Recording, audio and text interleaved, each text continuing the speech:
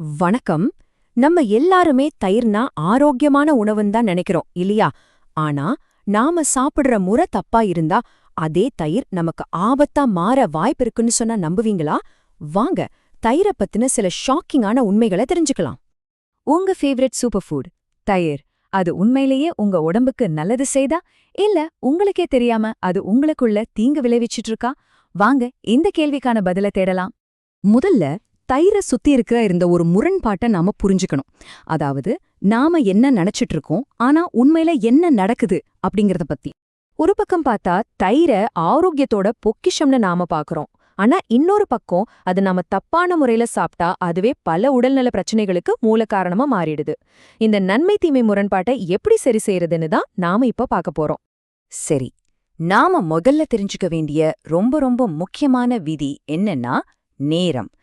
தயிர சாப்பிடலாமா வேண்டாமாங்கிறத விட அதை எப்போ சாப்பிடுறோம் என்பதுதான் இங்க மேட்ரே. அப்போ தயிர் சாப்பிடுறதுக்கு பெஸ்டான டைம் எது தெரியுமா?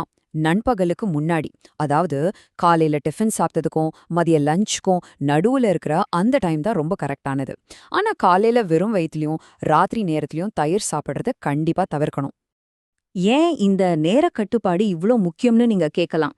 காலையில வெறும் வயித்துல தயிர் சாப்பிடும்போது அது நரம்புகள்ல ஒருவிதமான இறுக்கத்தை உண்டாக்கி பிளட் பிரஷர் சம்பந்தமான பிரச்சனைகளை உருவாக்கலாம். அதே போல ராத்திரியில சாப்பிட்டா உடம்புக்கு குளிர்ச்சியை அதிகப்படுத்தி சளி, இருமல், காய்ச்சல் மாதிரியான சுவாச பிரச்சனைகளுக்கு வழிவகுக்கும். அதனால நேரம் ரொம்ப முக்கியங்க. நேரம் மட்டும் பத்தாது. தயிர எவ்ளோ சாப்பிடணும், எப்படி சாப்பிடணும்னு சில விதிகள் இருக்கு. அத பத்தி இப்போ பார்க்கலாம். இங்கே ஒரு முக்கியமான விதி இருக்கு. தயிர தினமும் சாப்பிடவே கூடாது. ஆமா, நீங்க கேட்டது சரிதான். வாரத்துக்கு ஒரு 2 அல்லது 3 தடவை சாப்பிட்டாலே போதுமானது. ஒருவேளை உங்களுக்கு தினமும் தயிர் சாப்பிட பழக்கம் இருந்தா அதை இப்பவே மாத்திக்கிறது ரொம்ப நல்லது.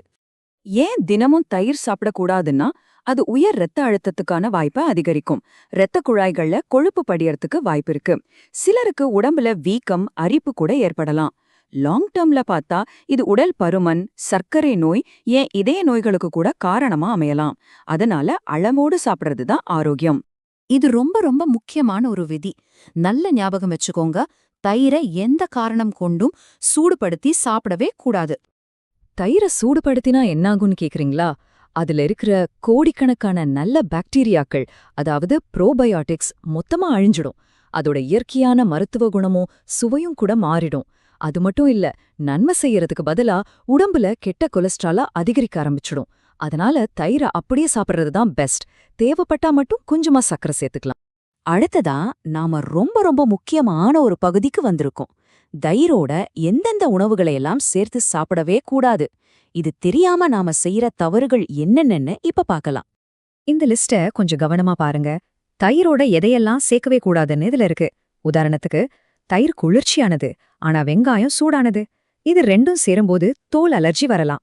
அதே மாதிரிதான் மாம்பழம், மீன், உளுத்தம் பருப்பு மாதிரியான உணவுகளும் தயிரோட சேரும்போது செரிமான கோளாறு, தோல் நோய்கள்னு பல பிரச்சனைகளை உருவாக்கும். பால் கூட தயிரோட சேரக்கூடாது. இந்த ஆபத்தான காம்பினேஷன்களை தவிர்க்கிறது ரொம்பவே முக்கியம்.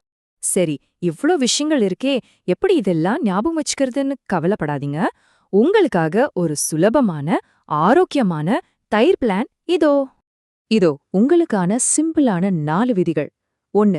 சரியான நேரத்துல சாப்பிடுங்க. 2. வாரத்துக்கு 2 அல்லது 3 தடவைக்கு மேல சாப்பிடாதீங்க. 3. தப்பான உணவுப் பொருட்களோட சேர்த்து சாப்பிடாதீங்க. 4. ஒருபோதும் சூடுபடுத்தாதீங்க. இந்த 4 விஷயங்களை மட்டும் நீங்க ஃபாலோ பண்ணாலே போதும். தயிரோட முழு நன்மைகளையும் ஆரோக்கியமான முறையில நீங்க பெறலாம். கடைசியா ஒன்னு மட்டும் ஞாபகம் வச்சுக்கோங்க. உண்மையான ஆரோக்கியம்ங்கிறது நாம என்ன சாப்பிடுறோங்கிறதுல மட்டும் இல்ல, அதை எப்போ, எப்படி, எதோட சேர்த்து சாப்பிடுறோங்கிறதுலயும் இருக்கு. தயிரை பத்தி நாம இப்ப பார்த்த மாதிரி இது ரொம்ப ஆரோக்கியம்னு நம்பி செய்யற வேற எந்த பழக்கங்கள் எல்லாம் ஒரு தடவைக்கு 2 தடவை யோசிக்கணும்னு நினைக்கிறீங்க? உங்க பதில நீங்களே கேட்டு பாருங்க. மீண்டும் ஒரு புதிய தகவலுடன் உங்களை சந்திக்கிறேன். நன்றி.